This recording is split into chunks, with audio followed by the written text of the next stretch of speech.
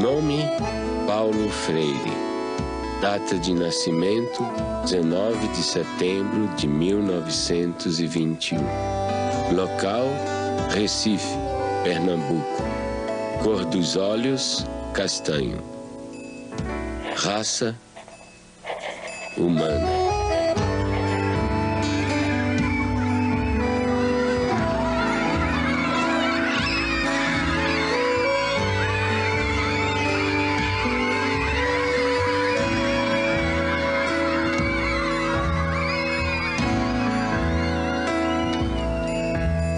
Meu primeiro mundo foi o quintal de casa, com suas mangueiras, cajueiros de fronde, quase ajoelhando-se no chão sombreado.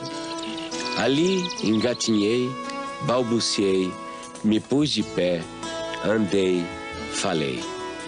Eu fazedor de coisas, eu pensante, eu falante.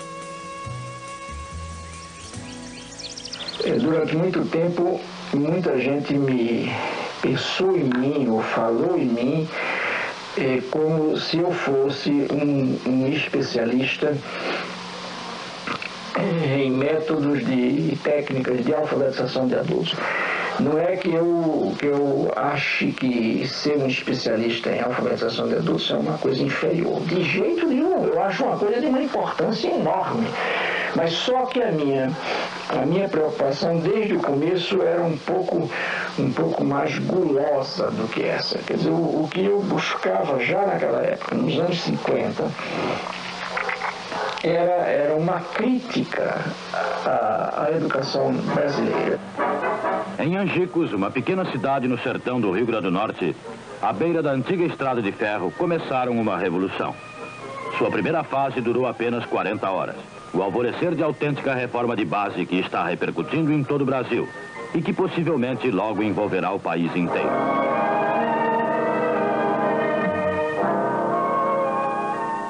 Eu tinha 6 anos de idade e tenho várias lembranças de lá, do Círculo da Cultura. Aprendi a ler sentada no colo do meu pai. Isso me fascina. Recordar o passado é viver 2 vezes. Eu sempre soube viver 2 vezes. É sofrer. Não, é viver 2 vezes. É melhor viver 2 vezes. Olha, pela maioria, eu sempre soube que era viver. Recordar o passado é viver 2 vezes. Recife. Ninguém mais pode ficar indiferente ao problema do analfabetismo em nosso país. As soluções aí estão. Não se pode recusar 40 horas a um homem que tem sede de saber, ou fome da cabeça, como dizem em Angicos, que precisa estudar, que tem esse direito até agora negado à maioria. Se lembra quando nós chegamos à cidade, a esta cidade aqui, para fazer aquele levantamento? Neida era muito pequenininha, tinha 6 anos, nem se lembra ainda, né? Mas eu me lembro alguma coisa. Eu lembro porque passou um jipe com alto-falante anunciando que ia chegar essa escola e as pessoas não acreditavam muito. Eu vi minha mãe dizendo assim com meu pai que queria estudar. Ele disse, isso não chega pra gente, não. Cabia a nós fazer um plano de alfabetização e educação de adultos visando 100 mil matrículas, uma maneira de mudar a situação.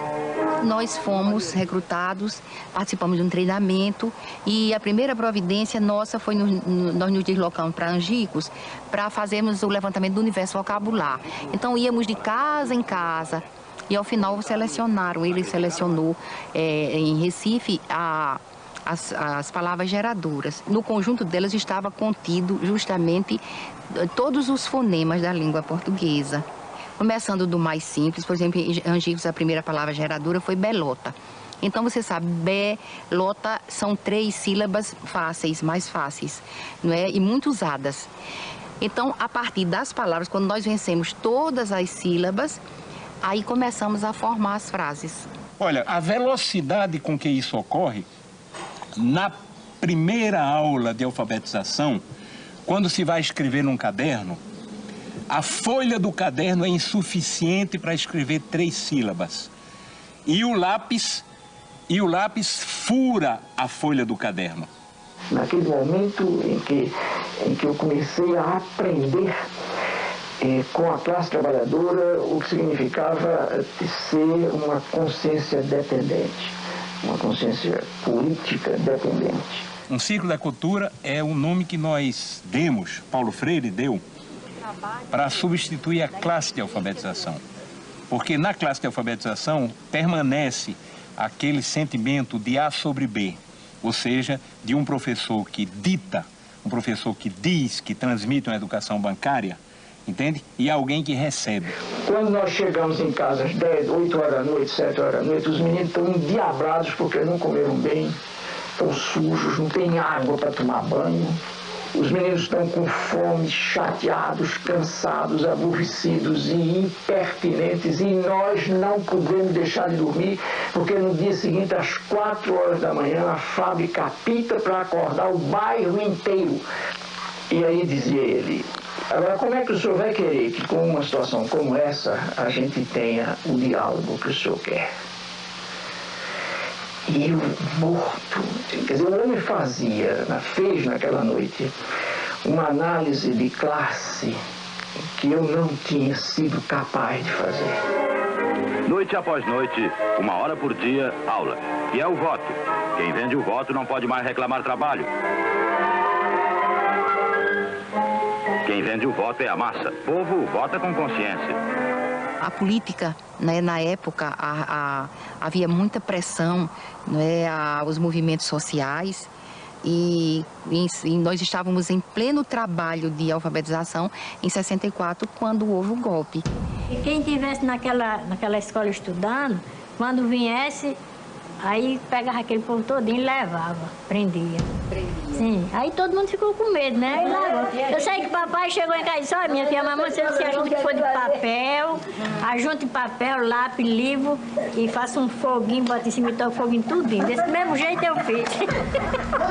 A mesma coisa eu fiz. Eu peguei todo o meu material, que eu tinha os slides, tinha tudo. A pena que eu tenho, se lembra daquele projetor, que era um projetor a gás, que eu ficava até não sei que hora da noite bombando, e a lâmpada Coleman, tive que dar fim a tudo, porque eu enterrei no muro da minha casa. Tenho a convicção de que o Brasil seria outro hoje se essa atividade não tivesse sido interrompida brutalmente, pelas razões que foi, ou seja, para inviabilizar exatamente a emergência desses que o projeto político pretendia e conseguiu que continuassem como excluídos.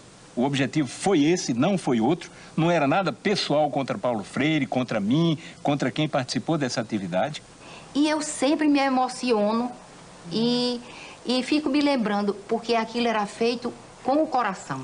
Com amor, né? Com amor. Sei votar, aprendi a escrever meu nome.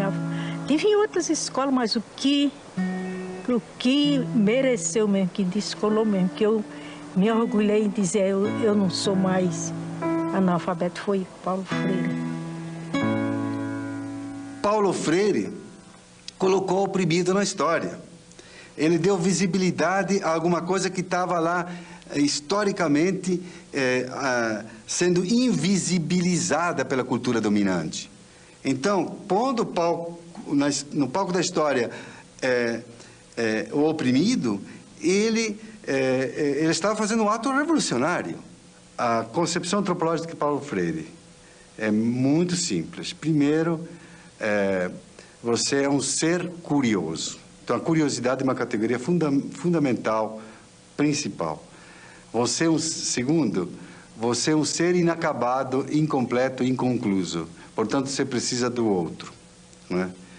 E terceiro, né, se você nasceu como um ser de ligação, conectivo com o mundo, e você comparte com o outro, né, compartilha com o outro o mundo, né, esse mundo está em transformação. Portanto, a antropologia de Paulo Freire está baseada na ideia de que o ser humano está em constante evolução, em constante transformação.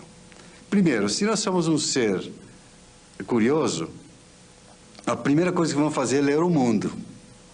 Então, a leitura do mundo é um princípio fundamental da teoria do conhecimento de Paulo Freire.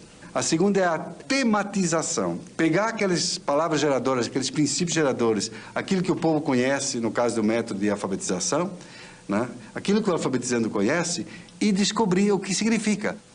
E a terceira é a problematização. Você vê, a problematização é o momento culminante do método freiriano. Então, por isso que Paulo dizia, não quero saber de ser conhecido apenas como alguém que inventou o método, porque exatamente o seu método está ligado à sua teoria de conhecimento e à sua antropologia. Professoras, professores, alunos e alunas, boa tarde. E nós já estamos em nosso horário de começarmos o nosso turno vespertino. Nós teremos as nossas atividades na sala do Eco, na biblioteca, atividades de agricultura, e com certeza será mais uma tarde de uma construção da nossa aprendizagem. Então, assim, ao iniciarmos a escola, fizemos a proposta aos servidores, aos trabalhadores da educação aqui. Vamos estudar Paulo Freire, vamos compreender a sua proposta de educação, essa perspectiva de humanização, de libertação, de conscientização. Então, assim, a escola não existia e depois veio Paulo Freire. Paulo Freire existia antes em nosso coração, como uma proposta de vida. E, assim, a proposta conosco depois surgiu um espaço concreto para vivermos a prática dessa teoria. A gente tentando, e era difícil mesmo. Como pegar um aluno que vem da roça, passa 2 meses em casa, 1 mês só aqui, e fazer esse menino, né? Aí o jeito foi o quê? Mergulhar nas leituras e aprender com esses teóricos, né? E a base da gente foi Paulo Freire pelo fato de ser uma coisa mais próxima da gente.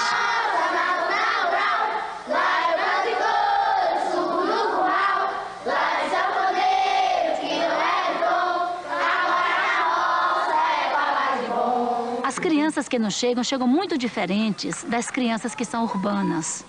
Naturalmente, quando elas chegam, elas não conhecem o vaso sanitário, que pra gente é um valor. Isso ainda me emociona.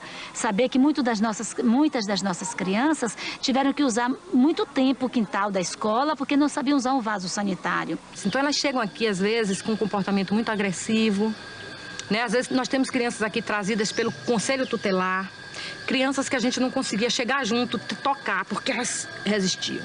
E hoje a gente vê, assim, transformação mesmo na vida deles, né? Hoje são crianças que sentam no colo, que se a gente senta, eles vêm, chegam, sentam no colo. Crianças que a gente teve grande dificuldade para chegar junto. Ficou nervosa?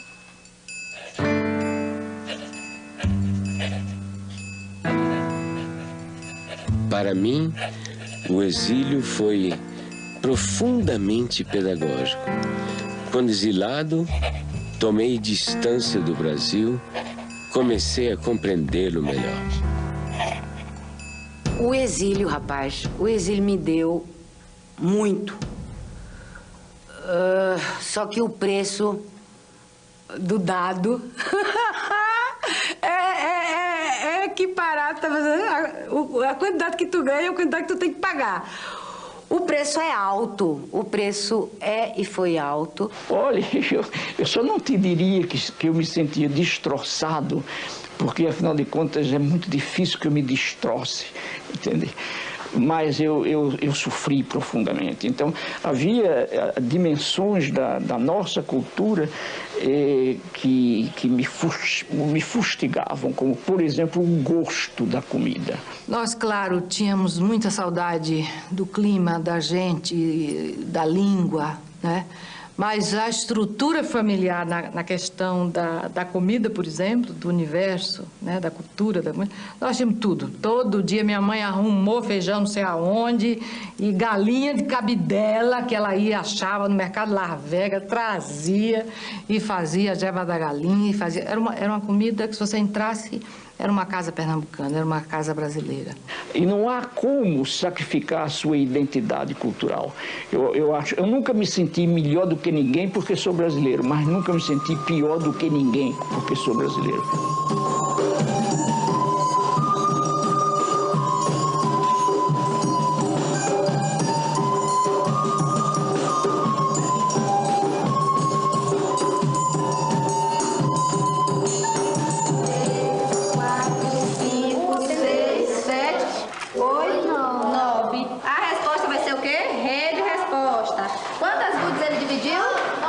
sobrou 9 goodies para cada colega. 9 goodies.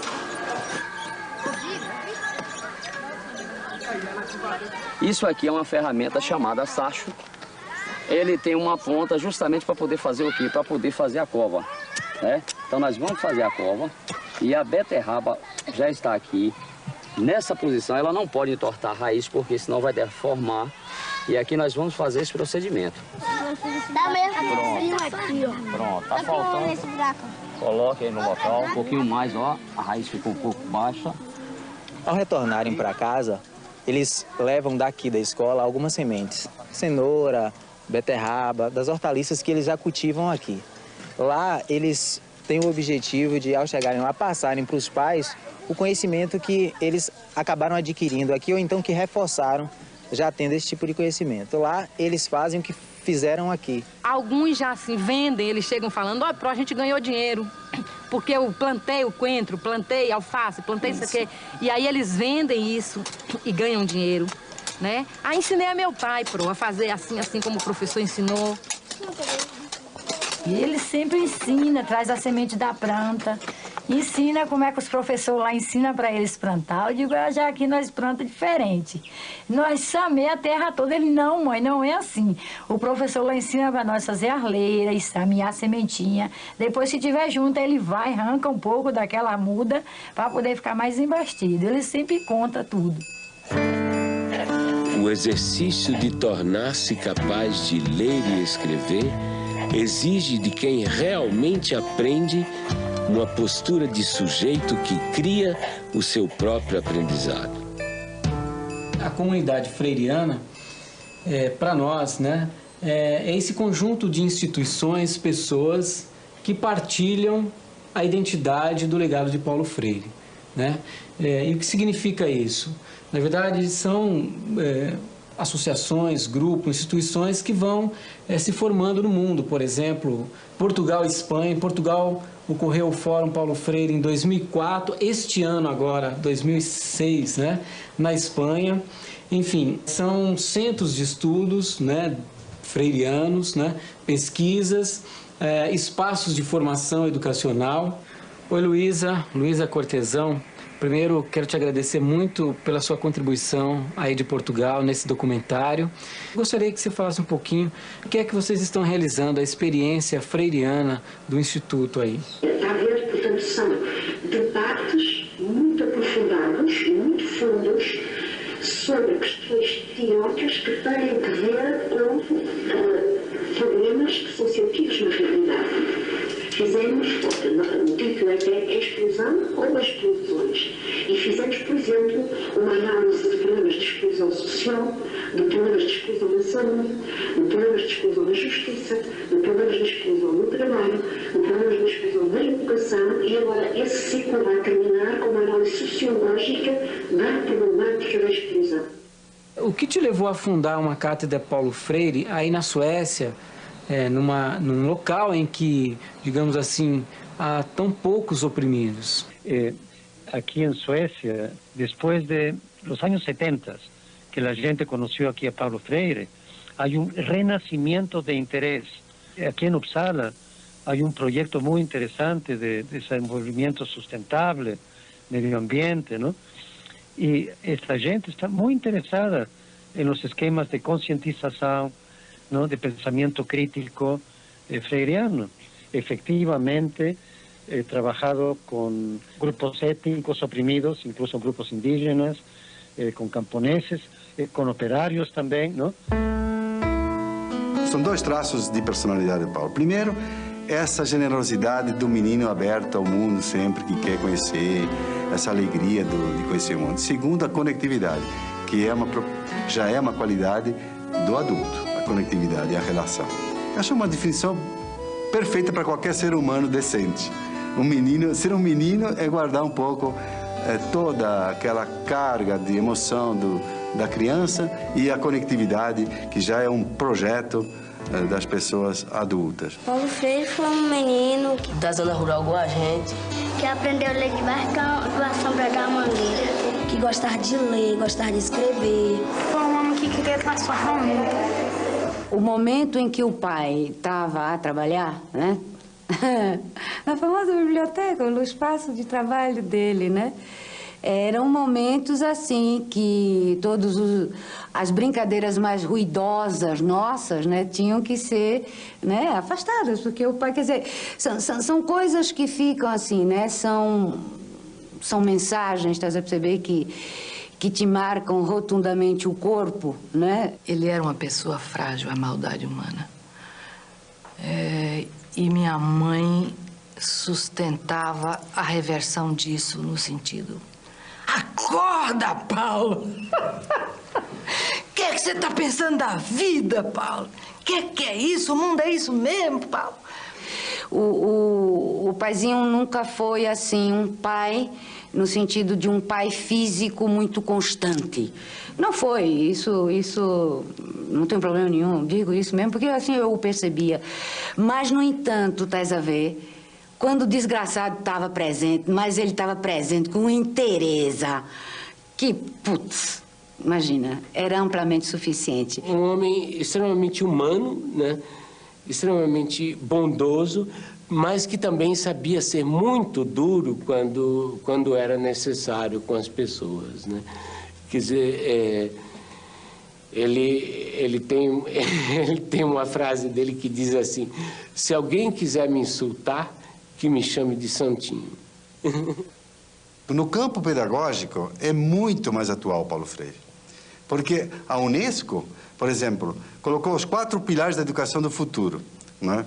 Aprender a aprender, aprender a conviver, aprender a fazer e aprender a ser. São esses 4 pilares.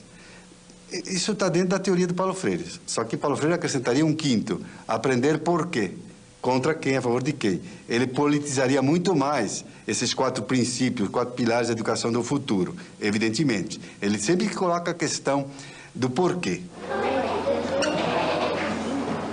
Vocês sabem o seguinte, que o computador, ele é feito de partes. Nosso trabalho aqui parte da realidade desses educandos que vêm da zona rural, né? A gente procura estar trabalhando com tudo que é próprio do cotidiano deles, mas a gente não permanece, né, nessa realidade. A gente começa a trabalhar justamente inserindo a internet, a informática, né, nessa vivência dele aqui, para que ele transforme essa vida. E abrindo possibilidades novas para eles, né? São 600 crianças divididas em 3 grupos. 3 grupos de 200.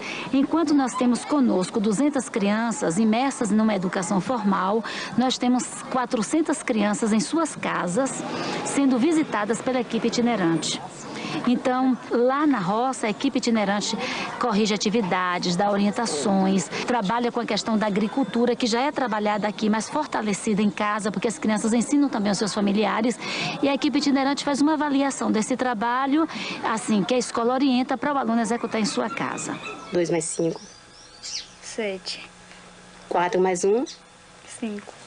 Então a senhora tem que dedicar, assim, dar um tempo para ela, para que ela possa estudar. Porque a gente sabe que ela ajuda a senhora na lavoura, sim, mas ela tem que ter, assim, um tempo disponível todo dia para fazer a atividade dela. Tem pais que dizem assim, que 2 meses em casa, eles ainda dizem assim: professora, não deu tempo para os filhos fazer as atividades. Porque às vezes eles tiram os filhos das atividades que levam para casa para pôr na mão de obra, porque tem que ajudar as despesas da casa. Eu estou trabalhando agora com atividade de artes. E essas atividades é uma atividade que desenvolve a coordenação motora, cognitiva e também ajuda no desenvolvimento da criatividade de cada criança. Ó, o restante fica em silêncio e vai terminar a tarefa, tá certo? Tá. Ali, eu não tenho deixa eu falar. Nadson, pode vir, Nadson.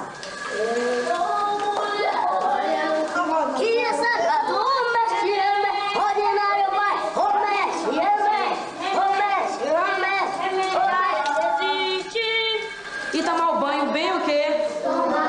Passar o sabonete no corpo, atrás, no banho, tira a calcinha e tipo os meninos tiram a cueca. Lave a parte íntima de vocês bem lavada.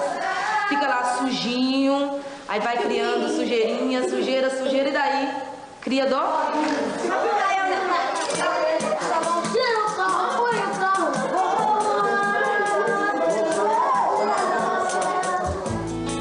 Foi aprendendo que percebemos ser possível ensinar. O que nós vamos fazer hoje é uma coisa que alguns alunos nossos já têm experiência da disciplina Política e Problemática da Assistência, que a gente vai promover um círculo de cultura, tá? Nesse círculo de cultura nós vamos tratar hoje da doença infantil como uma patologia social e uma patologia orgânica, tá? Vocês receberam um texto, esse texto vocês já leram. A gente trabalha com uma pedagogia problematizadora, trazendo os casos, que a gente chama de casos da saúde, né? Transformando esses casos em situações existenciais, né? Então começa já a interface com o método, a pedagogia freiriana. E aí a gente chega para ela e diz, o que está acontecendo? Uma pergunta assim geral. E aí ela desaba, ela tinha passado a noite na rua, porque ela tinha sido agredida em casa, e ela não tinha como voltar para casa, passou a noite na rua. E aquela criança, na realidade, aquele sintoma que ela estava apresentando, que era uma dificuldade, né, respiratória, e que se de repente o profissional não tem um olhar atento, ele vai funcionar a veia, fazer a medicação, e ela vai voltar para casa ou para a rua, que no caso era. Então, essa doença, às vezes, quando chega, né, a gente tem que olhar muito mais do que aquela dificuldade da respiração, né? A gente tem esse convívio, esse contato maior, a gente tem uma maior autonomia, né, frente aos pacientes, então a gente pode ter essa troca mesmo. E lá a gente vê os casos de reciprocidade de mão dupla e a de uma via só. Quando você chega a um paciente e talvez nem dá um bom dia, já chega fazendo os procedimentos que tem que se fazer, é uma outra forma de reciprocidade, entendeu? E quando você chega falando, bom dia, como você tá, tudo bem? E aí, acho que você perde um minuto a mais, e às vezes nem é perda, é ganho, porque você vai ter o melhor atendimento mesmo para esse paciente.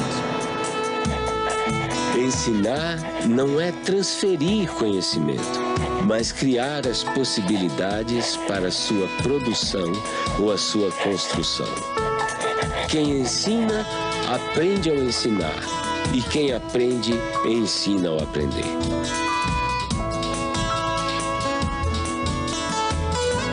Pedagogia do Oprimido, que é um livro que já estava praticamente pronto em 68, mas que saiu publicado pela primeira vez em 70 e que é o principal livro do Paulo Freire, o mais importante. Há pouco tempo encontrei esse livro, Pedagogia do Oprimido, 15ª edição.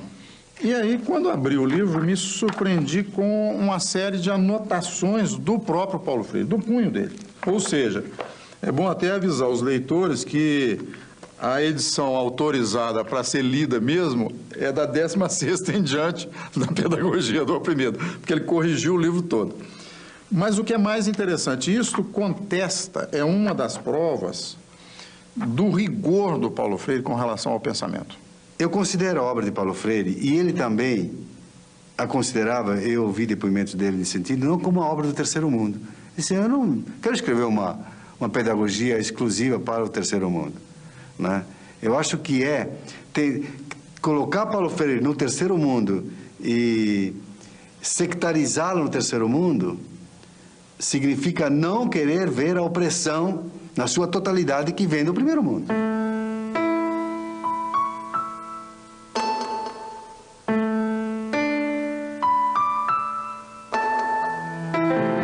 Ela foi a primeira leitora da Pedagogia do Oprimido, né? Ou seja, ela tinha uma sensibilidade, por exemplo, muito grande para escolher as palavras geradoras do método de alfabetização. Ela já era uma grande educadora e que, inclusive, não acreditava que eu fosse outra coisa que não educador mesmo. Quer dizer, eu me lembro de uns sonhos que eu andei tendo na minha mocidade de ser juiz de direito, de fazer uma carreira por aí, e ela me dizia, rindo, apesar de todo o respeito que eu tenho pela magistratura, eu acho que você é mesmo um educador. Porque era um diabo de um amor, rapaz, tão soberanamente amor, mas amor no sentido de desprendimento, amor no sentido de consciência do outro. Olha só que coisa, né? Ela teve um papel indiscutível na minha vida durante um longo período em que nós vivemos sem hiatos, casados durante 42 anos. É um tempão, um negócio fantástico. Quando minha mãe morreu, meu pai morreu também. Morreu e eu escrevi até um poema falando disso. Quando minha mãe morreu, eu perdi meu pai, né? Fiquei órfã de pai e mãe e vou por aí. E ficou um pedaço de pai conhecido e um pai completamente desconhecido, que era aquele meio morto, né? Quando a Elza morreu, é óbvio que um cara que amou desse jeito, quando morreu, a pessoa que ele amou, morreu nele e com ele um bando de coisa. E, inclusive, morreu a vontade de viver.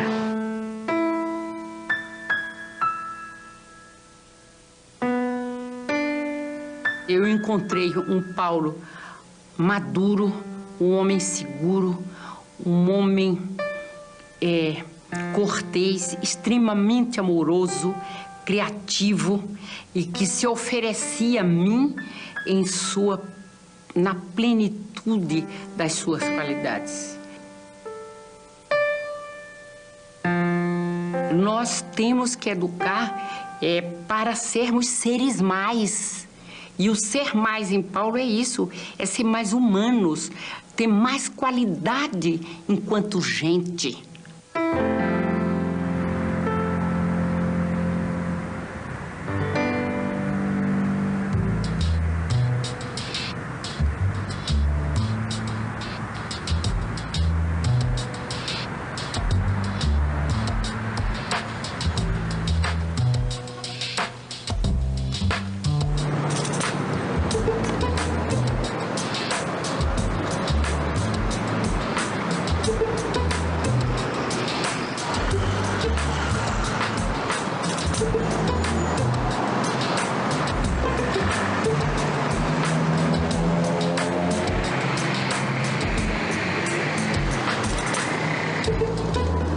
O MOVA é um movimento de alfabetização, né, que surge junto às camadas populares, buscando uma nova maneira e uma nova perspectiva de alfabetização, né, vinculada principalmente a esse pensamento e essa filosofia freiriana. Logo que o Partido dos Trabalhadores ganhou a eleição em São Paulo, e através da prefeita Luísa Erundina, e antes mesmo dela convidá-lo para secretário, eu e o Paulo começamos a conversar sobre o desafio que estava colocado de criar um grande movimento de alfabetização de jovens e adultos na cidade de São Paulo. E logo a primeira ideia fundante era justamente essa ideia de que teria que ser um movimento. E por isso se chamou MOVA. Eu acho que uma das tarefas da educadora progressista hoje, com relação aos movimentos populares, é exatamente aprendendo com eles, com os movimentos populares, ensinar também. Quer dizer, não há por que temer, que tem o dever e a tarefa e o direito de ensinar também aos movimentos. De jeito nenhum eu jamais me entregaria aos movimentos como eterno discípulo deles. Mas de jeito nenhum, porque é mentira e é falso. Também não sou o eterno professor dos movimentos, mas eu sou o educador. É uma maneira diferente de aprender, entendeu? É uma maneira que eu não aprendi assim na escola, entendeu? Eu fiz até a 8ª série e muita coisa daqui não foi ensinado na escola. Aqui dentro do estado de São Paulo, trabalhando com esse público de catadores de materiais recicláveis e através da alfabetização, da leitura, da escrita, da matemática, das ciências, está ajudando as pessoas a se envolver um pouco mais nesse contexto e entender um pouco mais esse trabalho que elas fazem. E está instrumentalizando principalmente para que eles possam ser aceitos e inseridos dentro da sociedade que a gente vive. Eu não sabia como lidar com o preconceito das pessoas, entendeu? E aqui nas aulas eu tô aprendendo como lidar com isso, entendeu? O pessoal fala, nossa, mas você cata lixo? Não, eu não cato lixo, eu reciclo, entendeu? Lixo é o que você faz na sua casa.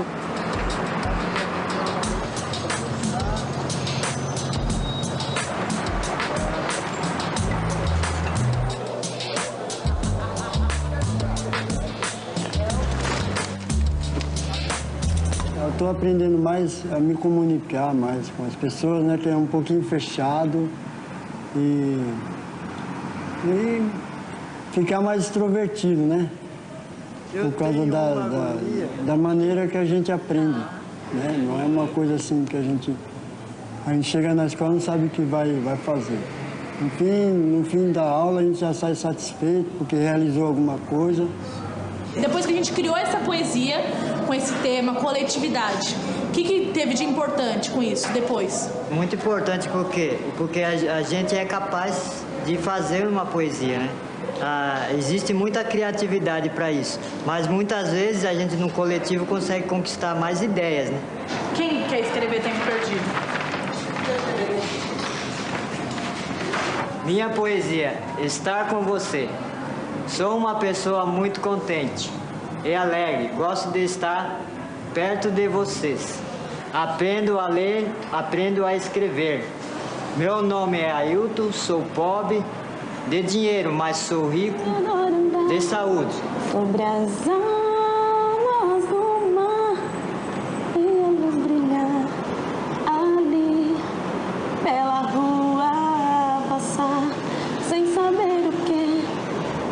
Me sentindo tão só, sinto que é amor, sigo amor, amando-te assim, nós dois, amor e nós. Tá bom?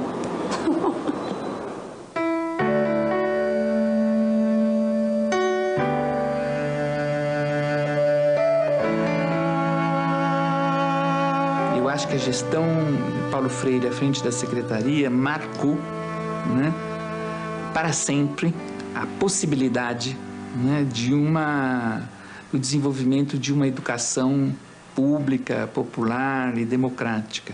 Eu acho que houve uma preocupação, né, muito profunda com valorizar, né, a figura dos educadores e das educadoras da rede municipal. E aqui é preciso fazer um parênteses para dizer que eram considerados educadores e educadoras não só os professores, mas todas as pessoas que constituíam, né, o espaço da escola, a merendeira, o zelador, os funcionários, né? Eu sou um intelectual que não tem medo de ser amoroso. Eu amo as gentes e amo o mundo. E é porque amo as pessoas e amo o mundo que eu brigo para que a justiça social se implante antes da caridade.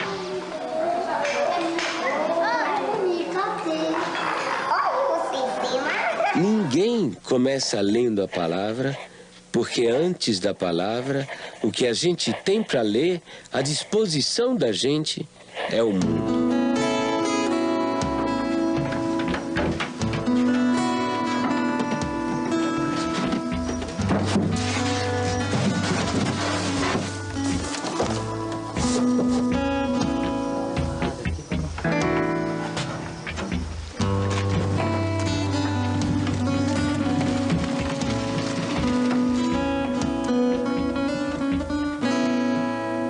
Se não tivesse esse curso aí, né, nós não aprendíamos mais a ler, não aprendia nada, ia ficar por resto da vida sem saber ler nada. Porque a pessoa que não sabe ler, praticamente ele é cego, né?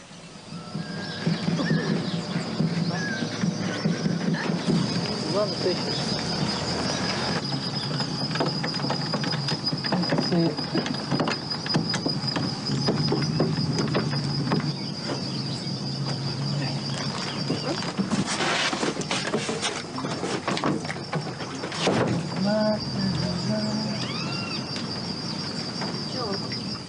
Se já sabendo ler, sabendo escrever, a gente fica mais seguro, né? Tem mais jeito para chegar, conversar, né? Então, nós gostaríamos de saber se esse projeto que nós estamos trabalhando com vocês, se desenvolveu alguma coisa boa. Por isso que eu escolhi uma palavra para comentar com você, para comentar nesta aula, né? Então, essa palavra é cidadania. Chega em casa, olha, que a professora me deu isso, tem essa lição para me fazer. Se entende, dá uma força para mim, me explica. Se eu entendo, eu dou uma força para ele, ensino ele. Ensino ele para se desembaraçar mais, né, na lição. Mas eu acho que ele aprendeu bem mesmo. Esses meses que ele está na escolinha. Porque a gente que trabalha de empregada doméstica, assim, né? A pessoa não sabe dos produtos que tem que passar para limpeza, né? E assim, aprendendo a ler já é uma força, né? Boa, né? Sabe o produto que vai usar. Vem aqui, filha. Sabe o produto que vai usar e deu uma força boa. Ela vai na escolinha comigo também todo dia. E ela tá fazendo o prézinho. Eu aprendo mais com ela, né? Ela aprende comigo. Assim a gente vai indo.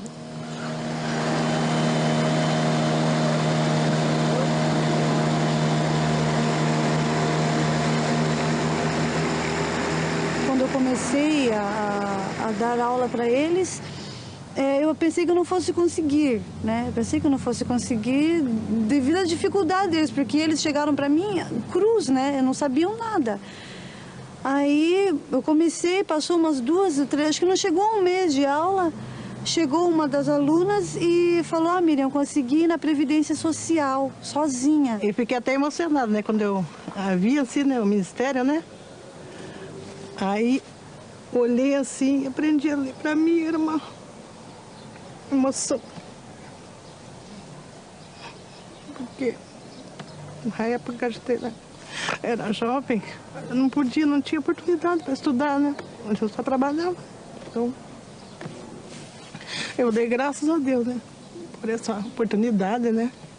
Que a gente teve agora estudar, porque tudo tem seu tempo, certo, né? A alfabetização é uma experiência criadora. E significa que o alfabetizando tem que criar, tem que montar, para usar uma expressão mais técnica, o seu sistema de sinais gráficos. Quer dizer, ele tem que ser, no fundo, o arquiteto desta produção ou desta criação, obviamente ajudado, ele ou ela, ajudado pela educadora ou pelo educador. Para mim, deu muito serventia, né? Porque eu tinha problema de falta de letra.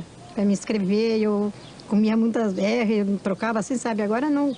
Já estou bem melhor, graças a Deus. Quando eu vou fazer no banco, sacar dinheiro, qualquer coisa que eu vou fazer no banco assim, eu já não vou com aquele medo que eu tinha, sabe?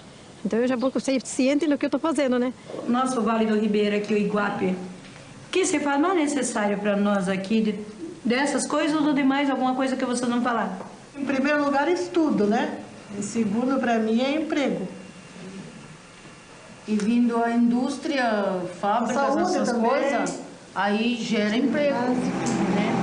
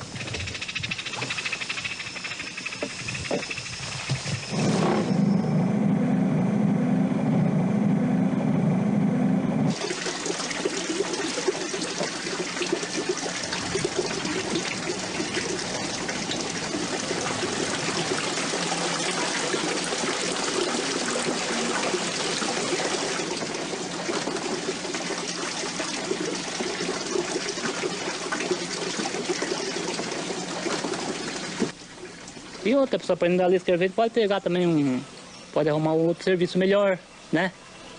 Tem tudo isso, então eu estou estudando e graças a Deus estou aprendendo. Vamos ver se chegou lá, né? A família é o maior feita a gente tem. É feliz quem uma tem, ela tanto ajuda e refinir também. Quem tem mãe tá numa boa, quem tem pai tá numa toa. Tem momentos que a gente discute e tem outros que a gente curte. Tem momentos que a gente discute. Quando veio a ditadura, a primeira coisa que fez foi um projeto que, se não me engano, se chamava Mobral e que tinha como lema o seguinte: é preciso ensinar as pessoas a ler para que elas possam ler as ordens que vêm por escrito, que era exatamente o contrário do processo dialogal do Paulo Freire, que tem tudo a ver com o teatro do oprimido e com Sócrates, que também usava esse processo do diálogo para que se chegasse a uma descoberta. Agora, para que você atinja o conhecimento, não basta ter a informação. É necessário juntar a informação que você recebe com aquelas que você já tinha e daí poder concluir com uma decisão ética, com uma ação ética, não é? São esses os momentos do conhecimento real. E o ensinar, se a gente não recebe daquele a quem ensina nada, nós vamos estar pondo na cabeça dele algumas informações que podem ser verdadeiras, mas que não vão servir para nada, e na nossa cabeça nós vamos apenas estar despejando alguma coisa que temos sem nada receber em troca.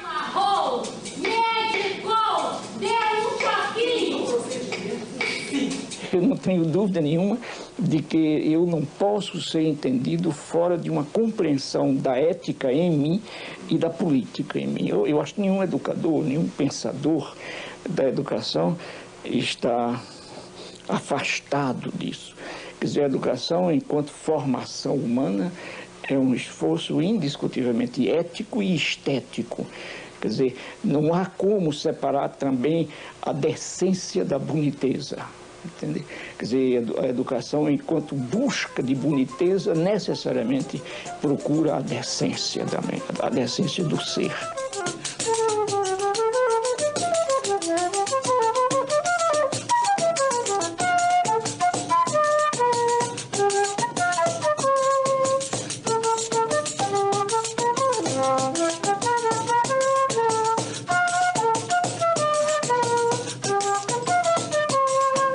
Os instrumentos, eles são um meio de transporte para a música que está dentro de cada um de nós, né? E a gente tem que desenvolver, é importantíssimo que o aluno primeiro, ele desenvolva essa noção dos sons mais agudos, dos sons mais graves, da percepção dos sons, antes de entender a música no papel. Agora presta atenção no que eu vou tocar para vocês. O som mais grosso, esse aqui, ó, esse som mais grosso, é esse som aqui. Agora tem esse outro dó aqui, olha. É um som um pouco mais agudo, ó. Esse. Agora esse outro é um pouco mais agudo. E esse último é muito fininho, parece um passarinho ou um bicho que tem um som muito fino, ó. Processo de alfabetização musical, do início da aprendizagem musical das escolas tradicionais, ele trabalha da forma contrária. E aquilo que me motivou a desenvolver esse trabalho a partir da perspectiva freiriana. Então, o aluno, ele levanta, digamos, a nota dó, né? Dó, ré, mi, fá. E o TEDEM diferencia essa forma de aprendizado porque fica em destaque, não é? Fica o espaço vazio do som, do som que você está querendo produzir, reproduzir, não é?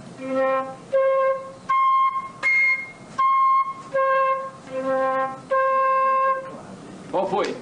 Isso, muito bem, os dois acertaram. A ecopedagogia é um capítulo da pedagogia do oprimido. Por quê? Se a gente considera a Terra como um ser vivo e em evolução, hoje essa Terra é um grande oprimido. Nós vivemos de forma insustentável. Nós temos tudo para destruir o planeta, não pelas bombas atômicas. Nós podemos destruir hoje o planeta pelo modo insustentável de vida que vivemos nesse planeta. Então, nós temos que refundar os princípios da pedagogia para que ensine as crianças, jovens e adultos a viverem de forma sustentável, a terem um estilo de vida sustentável. Então, eu creio que esse vai ser o grande tema do século XXI. E Paulo Freire é esse educador do século XXI, porque estava extremamente ligado a essa temática da sustentabilidade. Quer dizer, há pessoas que me consideram um sonhador, e eu sou um sonhador, mas não um sonhador maluco. Mas há pessoas que me consideram um idealista, mas um idealista perigoso, entende? E para mim, não. Para mim, a esperança faz parte disso que a gente vem chamando natureza humana. Eu gostaria de ser lembrado como um sujeito que amou profundamente o mundo e as pessoas, os bichos, as árvores, as águas, a vida.